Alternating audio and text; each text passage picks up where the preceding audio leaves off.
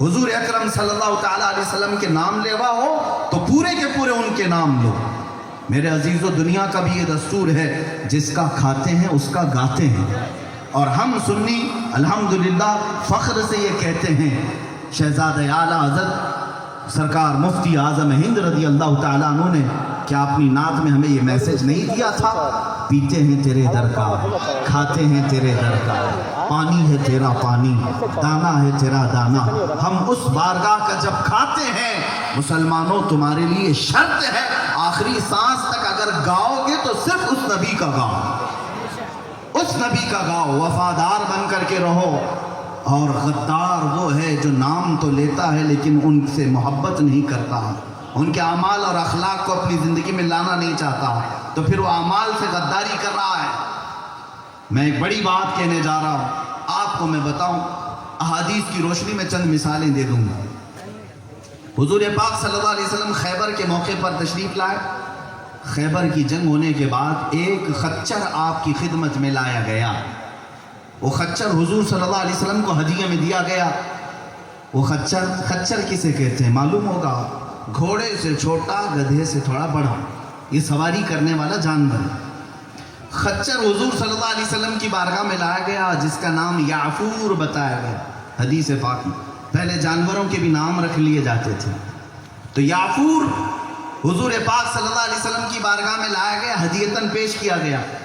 جب حضور نے اس کو قبول کیا تو وہ خچر اپنے منہ سے کچھ ہلا ہلا کر کے کہنے لگا۔ رسول پاک صلی اللہ علیہ وسلم نے اپنے کان اس کے منہ کے قریب لگائے اور تھوڑی دیر کے بعد حضور مسکرانے لگے۔ صحابہ نے پوچھا، یا رسول اللہ صلی اللہ علیہ وسلم، یہ خچر، یہ یعفور آپ سے کوئی بات کہہ رہا تھا؟ حضور پاک صلی اللہ علیہ وسلم فرماتے، ہاں یہ خچر مجھے ایک بات کہہ رہا تھا۔ توجہ چاہتا ہوں مسلمانوں، عقل رکھنے والے مسلمانوں، یعفور خچر ہے، حضور سے کیا کہہ رہا ہے؟ میرے آقا فرماتے ہیں، اس نے مجھ سے بتایا کہ یا رسول اللہ، میں ان خچروں کی نسل سے ہوں، میں ان خچروں کی نسل سے ہوں جن پر پہلے والے انبیاء سواری کیا کرتے تھے۔ میرے باپ دادوں کے اوپر بھی اللہ کے انبیاء سواری کرتے تھے۔ اب خچر کیا کہتا ہے سنو، یا رسول اللہ، میرے ان آبا و اجداد، ان خچروں کی نسل سے میں آخری خچر ہوں، اور ان نبیوں کے سلسلے میں آپ آخری نبی، ان نبیوں کے سلسلے میں آپ آخری نبی ہیں، ان خچروں کی نسل میں میں آخری خچر ہوں۔ میں نے واقعہ کئی مرتبہ پڑھا، حدیث میں بھی دیکھا، لیکن قربان جاؤ مسلمانوں، خچر کا بھی یہ عقیدہ تھا کہ حضور خاتم النبیین ہے۔ ختم نبوت کا عقیدہ خچر کا بھی تھا۔ یہاں کے قادیانی ظالم مرتد اس خچر سے بھی نیچے آئے، اور جنہوں نے حضور صلی اللہ علیہ وسلم کی ختم نبوت پر ڈاکہ ڈالا۔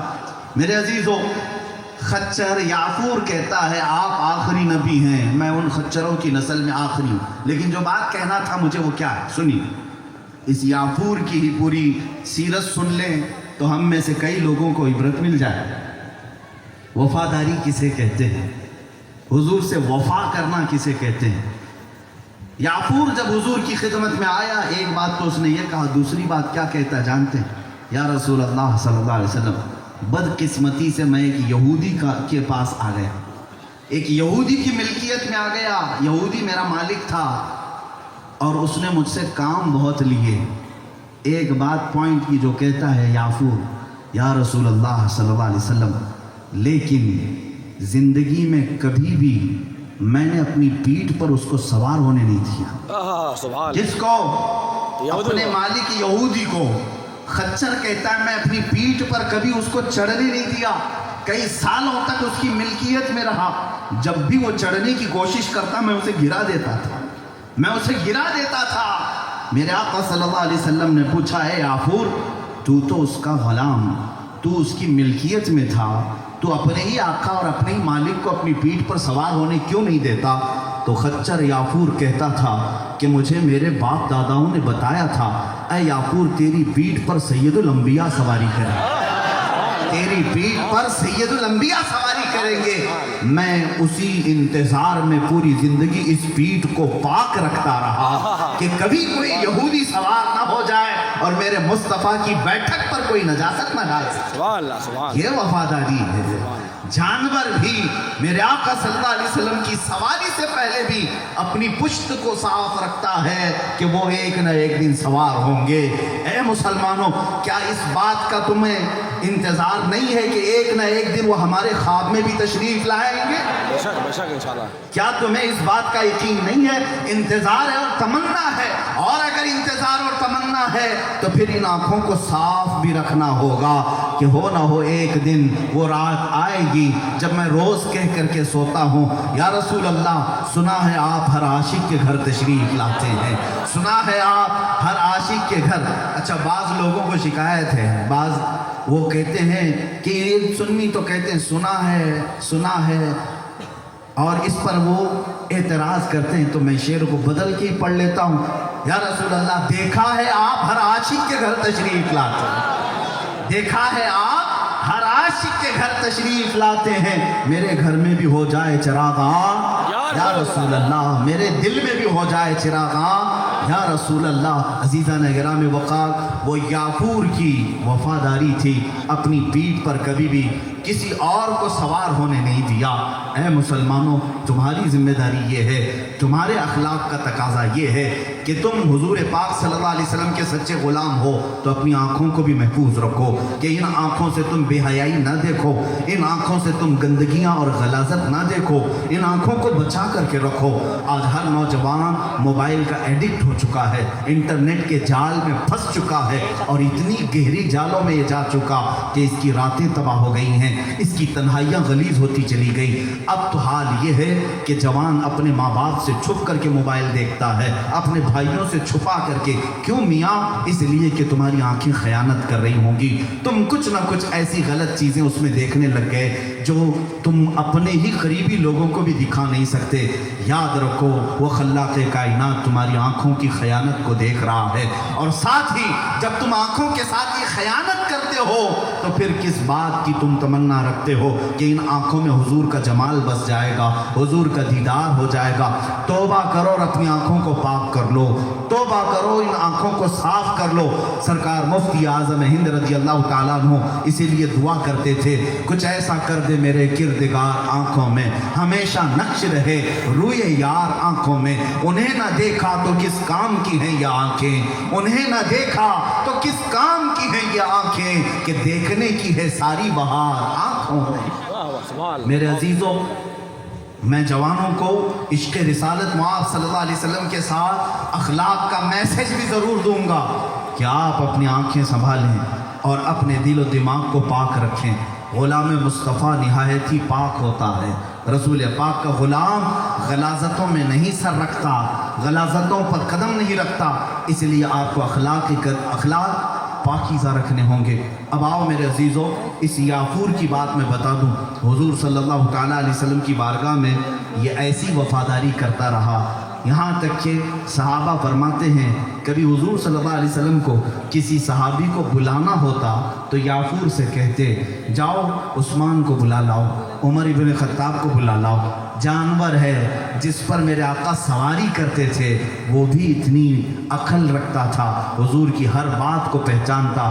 یہاں تک کہ حضور جیسے ہی فرماتے فوراً یہ یافور اسی صحابی کے گھر جاتا، اپنے سر سے ان کے دروازوں کو دستک دیتا.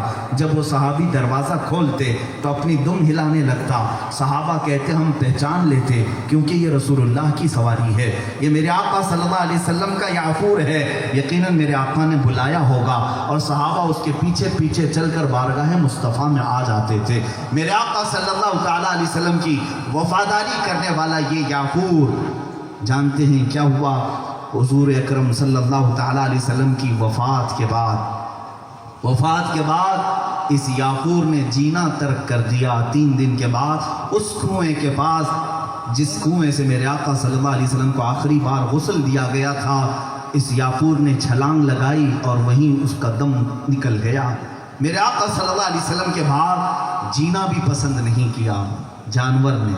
اسی طرح رسول کریم صلی اللہ علیہ وسلم کی دوسری سواری، آپ کی ناقہ، آپ کی اونٹنی قصوہ مشہور ہے، حضور صلی اللہ علیہ وسلم کی پسندیدہ اونٹنی. یہ وہ اونٹنی ہے جس پر بیٹھ کر میرے آقا نے فتح مکہ بھی فرمایا. اور حجۃ الوداع میں خطبہ بھی دیا. یہ قصوہ حضور صلی اللہ علیہ وسلم کے لمبے سفروں پر ہوا کرتی تھی اور بڑی وفادار. اللہ اکبر. میرے عزیزو، اب اس قصوہ کی بھی ایک بات میں بتا دوں. آج ہمارے حالات کیا ہیں اس پر توجہ کرو. تم اگر نبی کونین کے غلام ہو تو کیا کیا سن کر کے تم برداشت کرے بیٹھے ہوئے. آج ہمارے نہ کھانوں میں کمی آئی ہے، نہ ہمارے سونے میں، نہ ہمارے عیش میں کمی آئی ہے، جبکہ رسول پاک صلی اللہ علیہ وسلم پر بھدی گالیاں دی جا رہی ہیں. اے مسلمانوں، آپ توجہ کریں. قصوہ نے حضور صلی اللہ علیہ وسلم کی وفات کے بعد کیا کیا؟ واقعی رسول پاک صلی اللہ تعالیٰ علیہ وسلم کی جو وفات ہے وہ سارے صحابہ کے لیے بڑا صدمہ تھا. بڑا صدمہ تھا. جو صحابہ حضور صلی اللہ تعالیٰ علیہ وسلم سے ایک آن کے لیے بھی بچھڑنا نہیں چاہتے تھے، تو وہ حضور اکرم کی ہمیشہ کی جدائی کیسے برداشت کر سکتے؟ جس دن میرے آقا کی وفات ہوئی، آپ کی روح پاک ملک الموت نے قبض فرما کر رب اعلیٰ کی بارگاہ میں پہنچائی، اس دن صحابہ کی کیفیت یہ تھی کہ مسجد نبوی میں کوئی دیوار سے چپک کر کھڑا ہے، کوئی پتھر کی طرح جامد ہے. یہاں تک کہ حضرت عثمان غنی کے بارے میں صحابہ کہتے ہیں ان کو اگر کوئی چونٹی بھی کاٹے تو احساس نہ ہو. اس طرح سے جمے بیٹھے. اور حضرت عمر کا حال تو یہ تھا کہ تلوار نکال کر مدینے کی گلیوں میں گھومتے تھے اور کہتے تھے خبردار اگر کسی نے کہہ دیا رسول اللہ کا انتقال ہوا میں اس کی گردن مار دوں گا، میں اس کی گردن اڑا دوں گا. جبکہ حضور کی وفات ہوئی ہے. صحابہ کا عشق اور ان کی محبت ایسی تھی کہ برداشت نہیں کر پا رہے تھے.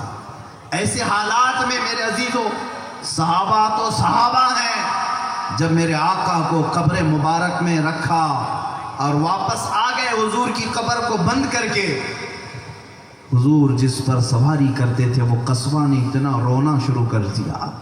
صحابہ کہتے ہیں پہلی مرتبہ کسی اونٹنی کو ایسے روتے ہوئے دیکھا کہ اس کے حلق سے آوازیں تیز نکلتی اور چپڑ چپڑ کرتی، آنکھیں بہتی.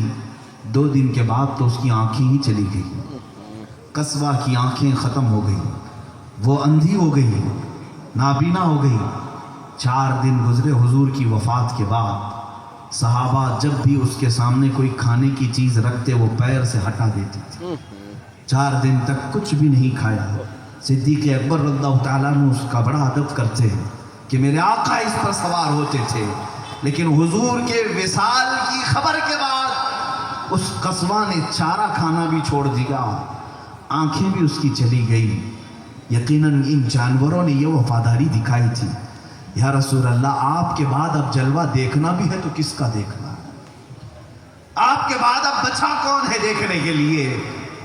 اس اونٹنی کی آنکھیں چلی گئیں، بیٹھی رہی 4 دن تک غم میں، بغیر کھائے بغیر پیے.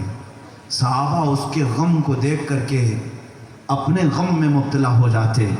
چند ہی دن گزرے کہ وہ قصوہ کا بھی انتقال ہو گیا. وہ جانور ہے لیکن میرے مصطفیٰ کی جدائی برداشت نہ کر سکی اور انتقال ہو گیا. اس قصوہ کا بھی انتقال ہو گیا، دم توڑ گئی. میں ان واقعات کو پڑھتا ہوں تو رونگٹے کھڑے ہو جاتے ہیں. اے رب ذوالجلال، تو نے تو ہمیں اشرف المخلوقات بنایا. کیا مسلمانوں تمہیں اللہ نے انسان نہیں بنایا؟ اس نبی کا نام لیتے ہو، ان کے نام پہ کھاتے ہو، ان کے نام پر کماتے ہو، سب کچھ ان کے نام پر چل رہا ہے. لیکن ہم ان جانوروں کی طرح بھی وفاداری نہیں کر سکے. حضور پاک صلی اللہ تعالیٰ علیہ وسلم کو دیکھنے کے بعد اس قصوہ نے یہ کہا، طے کر لیا ہوگا کہ اب اور کسی کو دیکھنا ہی نہیں ہے، اب ان کے بعد کسی کو دیکھنا ہی نہیں ہے. اور یہاں ہمارے جوانوں کا حال یہ ہے کہ ان کی آنکھیں بار بار دھوکہ کھاتی ہیں.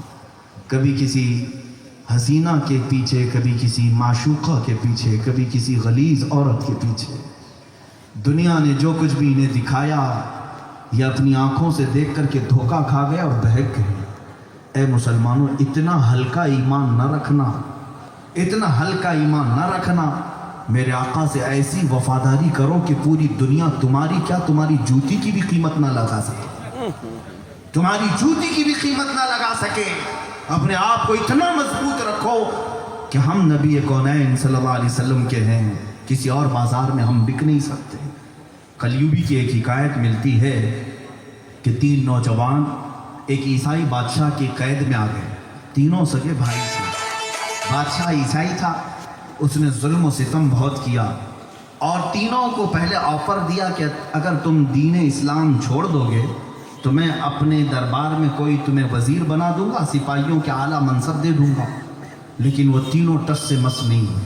وفاداری کسے کہتے ہیں، خودداری کسے کہتے ہیں اور استقامت کسے کہتے ہیں؟ توجہ چاہتا ہوں، آج حالات اس طرح کے آنے والے ہیں، تم کہیں ایک ڈنڈے سے بھاگ کر میدان خالی نہ کرنا۔ ہمارا تو رسم یہ رہا ہے کہ تلواریں بھی چلتی رہے ہیں، حسین کا سجدہ بھی ہوتا رہا، ہم ان کے وارثین میں سے ہیں۔ میرے عزیزو، ہمارے وہ اسلاف ہیں کہ جنہوں نے حکومت کی آنکھوں میں آنکھیں ڈال کر کے بھی حق کا کلمہ بلندی سے کہا ہے۔ تینوں نوجوانوں کو بادشاہ نے پہلے آفر دیا، پھر مارا، اس کے بعد جب وہ تس سے مس نہیں ہوئے تو جلاد کو حکم دیا کہ گرم تیل پکایا جائے، ایک کڑھائی میں تیل ڈال کر اسے کھولایا جائے۔ سامنے ہی ایک بہت بڑی کڑھائی میں تیل کو پکا کر کھولایا گیا۔ بادشاہ نے ان تینوں جوانوں میں سے ایک بڑے نوجوان بھائی کو اس کھولتے ہوئے تیل میں ڈال دیا، گرم تیل میں ڈال دیا۔ غلام مصطفیٰ آزمائش سے گزرے گا اور اس نوجوان کی چمڑی ادھڑ گئی، گل گیا۔ دوسرے کو اٹھایا، جلاد نے دوسرے کو بھی تیل میں ڈال دیا۔ تیسرا تھا جس کی عمر 20-21 سال کے آس پاس کی ہوگی۔ یہ نہایت ہی کڑیل جوانی کا وقت ہوتا ہے، اس میں بہت جوان لوگ ہیں، نفس امارہ اور شرارتوں کے حال یہ ہوتے ہیں کہ انگارے کی طرح ہوتے ہیں۔ ہر دن نئی خواہش ہوتی ہے، ہر دن نئی انگڑائیاں لیتی رہتی ہیں تمنائیں۔ تو اے نوجوانوں، کبھی تاریخ پڑھ لینا، اس 21 سالہ نوجوان کو جب جلاد تیل میں ڈالنے جا رہا تھا، بادشاہ کے ایک وزیر نے کہا، بادشاہ سلامت، اسے میرے حوالے کر دو، 1 مہینے میں اس کا دماغ چینج کر کے لے آؤں گا، میں اس کو اپنے دین پر لے آؤں گا۔ اور وہ بادشاہ اس وزیر کی بات پر آ کر اس نوجوان کو حوالے کر دیا۔ وہ وزیر اپنے گھر لے آیا۔ دیکھو دنیا کی یہ اونچی حرکتیں کیا ہوتی ہیں، پہلے تمہیں مارتے ہیں، جب بھی تم تس سے مس نہیں ہوتے تو پھر تمہارے اخلاق اور ایمان کو خریدتے ہیں، مال سے یا عورتوں سے۔ اس وزیر کی ایک خوبصورت بیٹی تھی، اس لڑکی کو اس نوجوان کے پیچھے لگا دیا کہ تو کسی نہ کسی طرح اپنے حسن اور اپنے جمال میں اسے پھانس لے اور اس کو اپنا گرویدہ بنا لے اور اپنے دین میں داخل کر لے، بادشاہ سے منہ مانگا انعام ملے گا۔ بیٹی تھی، وزیر کی پیچھے لگ گئی، لیکن یہ جوان اس کمرے میں رہتا تھا اکیلا۔ جیسی ہی وہ لڑکی کمرے میں داخل ہوتی، یہ مصلی بچھاتا اور سجدے میں چلا جاتا، سجدے میں چلا جاتا۔ کافی دیر تک وہ لڑکی اسے بہکانے کی کوشش کرتی رہتی، لیکن یہ سجدے سے سر نہیں اٹھاتا تھا۔ اس طرح روز ہوتا رہا، مہینہ گزر گیا، وہ اونگتی بیٹھی رہتی، لیکن یہ جوان ہے کہ سر اٹھاتا نہیں تھا۔ اس کے بعد یہ ہے استقامت، یہ ہے خودداری۔ 1 مہینے کے بعد وہ خاتون تنگ آ کر کے کہتی ہے، مہینہ گزرنے آ گیا، ابھی تک تو یہ مجھے دیکھا بھی نہیں۔ اور اس خاتون نے کہا، اے نوجوان، ایک بار میرے حسن کو دیکھ تو لے، لوگ ہزاروں کی قطار لگاتے ہیں، مجھے دیکھنے کے لیے لوگ انتظار میں کھڑے رہتے ہیں، اور بڑے بڑے بادشاہوں کے، شہزادوں کے نکاح کے پیغام مجھے آتے ہیں، اور ایک تو ہے کہ میری طرف دیکھنا بھی نہیں چاہتا۔ توجہ میرے عزیزو، اس جوان نے سر اٹھائے بغیر کہا، اے خاتون، تو واپس چلی جا، تو جس مقصد سے آئی ہے وہ تو اپنے مقصد میں کامیاب نہیں ہو سکے گی، اس لیے کہ ان آنکھوں کو تو دھوکہ نہیں دے سکتی جن آنکھوں میں پہلے سے جمال مصطفیٰ بسا، جن آنکھوں میں رسول پاک کا حسن بسا ہو، دنیا کا حسن و جمال اسے کیا خرید سکے گا۔ میرے عزیزوں، مہینہ بھر محنت کرنے کے بعد ہوا کیا جانتے ہیں؟ اس لڑکی نے اس کے عزم، اس کی استقامت کو دیکھ کر کہا، اے جوان، تو اپنے ہی دین میں مجھے بھی داخل کر لے، جس دین کا تو اتنا مضبوط چٹان ہے اس میں مجھے بھی داخل کر لے۔ اے نوجوانوں، اس نوجوان نے کلمہ طیبہ پڑھایا اور اسے داخل اسلام کیا۔ تاریخ میں یہ باتیں بھی موجود ہیں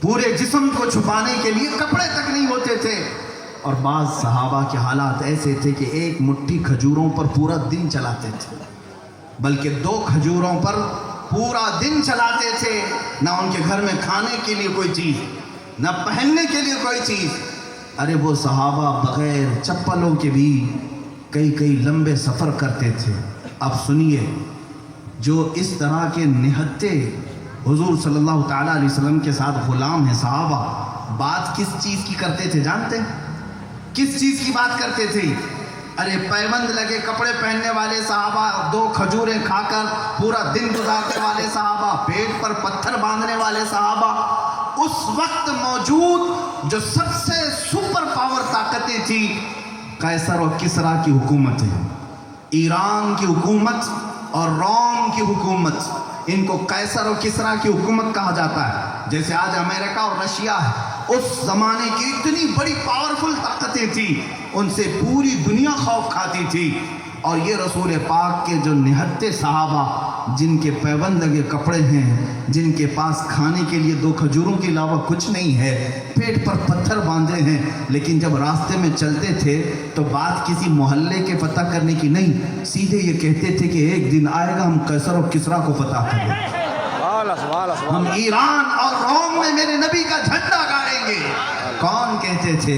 یہ وہی صحابہ جن کے پیروں میں چپل بھی نہیں ہوتی، دنیا مذاق اڑاتی تھی. کفار مکہ ہنستے تھے ان پر، یہ بدو لوگ ہیں، دیہاتی ہیں، ان کے پاس ڈھنگ کی ایک تلوار بھی نہیں.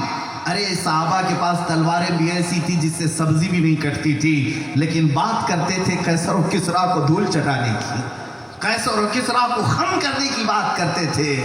ہم نے پوچھا اقبال سے، یہ طاقت ان کے پاس کہاں سے آئی تھی؟ اتنی بڑی بات کیسے کرتے تھے؟ یہ اتنی بڑی بات کیسے کرتے تھے؟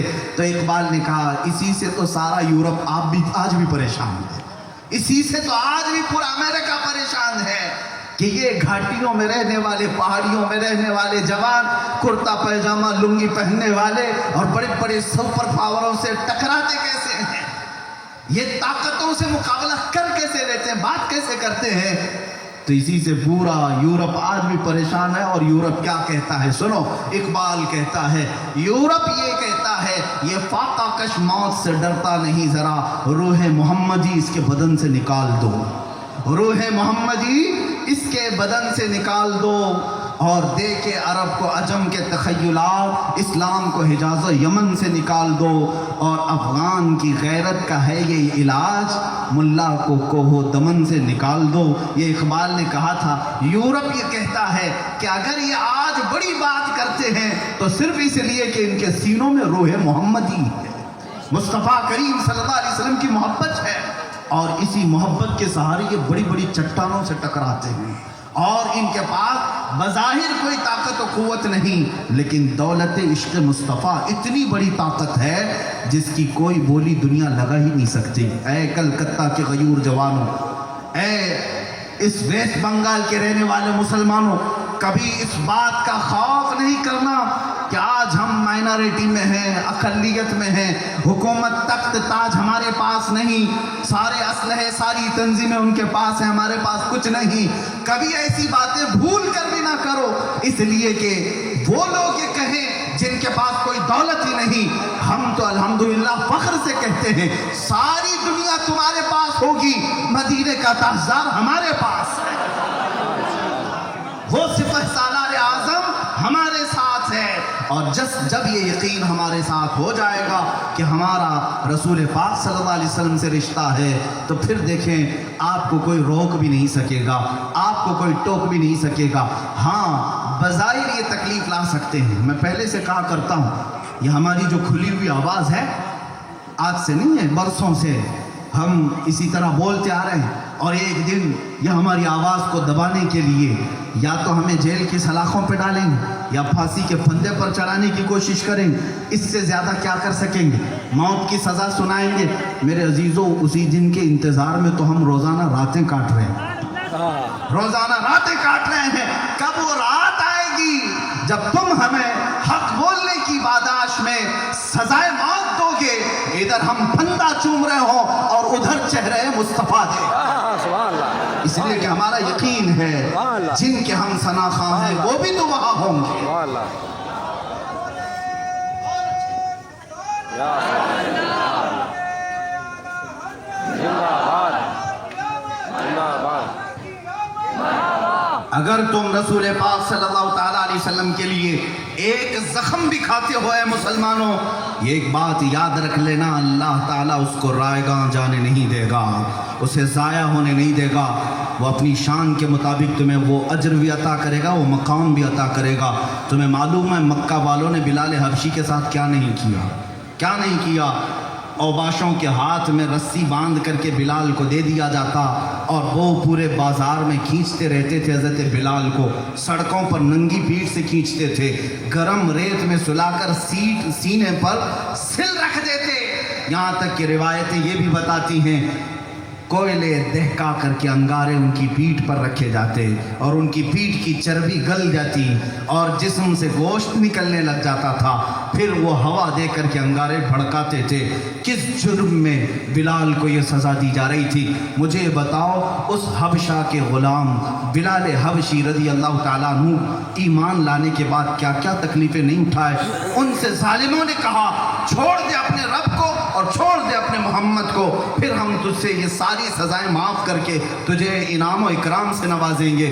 مگر بلال حبشی نے کیا کہا؟ تمہاری ہر سزا گوارا ہے، تمہارا ہر ستم گوارا ہے، لیکن رخ مصطفیٰ سے غداری کروں یہ مجھے کبھی گوارا نہیں، میرے مصطفیٰ سے بے وفائی کروں یہ مجھے گوارا نہیں. اب سنو، اسی بلال حبشی کو جن کو یہ تڑپاتے تھے اور زخم دیتے تھے، مدینہ طیبہ گئے. آزاد کرائے جانے کے بعد حضور صلی اللہ تعالیٰ علیہ وسلم کی غلامی میں آئے. 6 سال گزرے تھے جب میرے آقا صلی اللہ تعالیٰ علیہ وسلم واپس مکہ تشریف لائے. تاریخ یاد ہے آپ کو؟ تاریخ یاد ہے؟ فتح مکہ. رسول پاک صلی اللہ تعالیٰ علیہ وسلم جب تشریف لائے مکہ، 6 سال کے بعد مکہ فتح ہو چکا، بغیر جنگ و جدال، قتل و قتال کے. 10,000 صحابہ اس وقت موجود تھے. توجہ، 10,000 صحابہ فتح مکہ کے دن موجود تھے، اس میں حضرت بلال بھی تھے. اور آپ کو پتہ ہے مکہ کے فتح کے دن پہلی اذان دی جا رہی تھی. میرے آقا صلی اللہ تعالیٰ علیہ وسلم نے اذان دینے کا حکم دیا. مجمع میں صدیق اکبر بھی تھے، فاروق اعظم بھی تھے، حیدر کرار، عثمان ابن عفان بھی تھے، رضوان اللہ علیہ مجمعین، اجلہ صحابہ تھے. لیکن میرے آقا نے بلال حبشی کو پکارا. سبحان اللہ. کہاں ہے میرا بلال؟ وہ جو حب مصطفیٰ میں زخم کھایا تھا، اسی مکہ کی سرزمین پر کھینچا گیا تھا، اسی سرزمین پر تڑپایا گیا تھا. کہاں ہے وہ میرا غلام؟ بلال حبشی آئے. حضور پاک صلی اللہ علیہ وسلم نے کیا فرمایا؟ سنو اے مسلمانوں، اگر حب مصطفیٰ میں ایک لاٹھی بھی کھانا پڑ جائے نا، ایک زخم بھی کھانا پڑ جائے، اجر ہلکا نہیں ملتا، بہت عظیم ہے. میرے آقا صلی اللہ علیہ وسلم نے فرمایا بلال آج مکہ کی سرزمین سے پہلی اذان دی جائے گی. اذان کہیں کسی اونچی جگہ سے دی جاتی ہے، لیکن میرے آقا نے فرمایا اے بلال ادھر ادھر کسی اونچی جگہ سے نہیں، سیدھے کعبے کی چھت پر چڑھ کر اذان کی. کہاں چڑھایا؟ کعبے کی چھت پر. روایات بتاتی ہیں سیدنا بلال حبشی فوراً چڑھ گئے کعبے کی چھت پر. وہی ایک اذان ہوئی، اس کے بعد پھر کعبے کی چھت پر سے اذان نہیں، یہ پہلی اذان دی جا رہی. حضرت بلال کعبے کی چھت پر چڑھ کر کے اذان دے رہے ہیں. اللہ اکبر. بیچ میں ایک بات میں بتا دوں حضرت بلال کے متعلق، جو شارحین ہیں، جو شاقان مصطفیٰ ہیں، تشریح کر کے یہ بتاتے ہیں کہ چڑھنے کے بعد ان کو یہ احساس ہوا کہ مدینے میں رہتا تھا تو کعبے کی طرف منہ کر کے اذان دیتا تھا، اور اب کعبے کی چھت پر چڑھا ہوں، کعبہ نیچے ہے، میں کعبے کی چھت پر ہوں. وہیں سے پوچھا یا رسول اللہ، میں مدینے میں مسجد نبوی میں اذان دیتا تو کعبے کی طرف منہ کر کے دیتا، اب تو کعبے کی چھت پر چڑھا ہوں، اب چہرہ کدھر کروں؟ میرے آقا نے فرمایا بلال میری طرف دیکھ کر.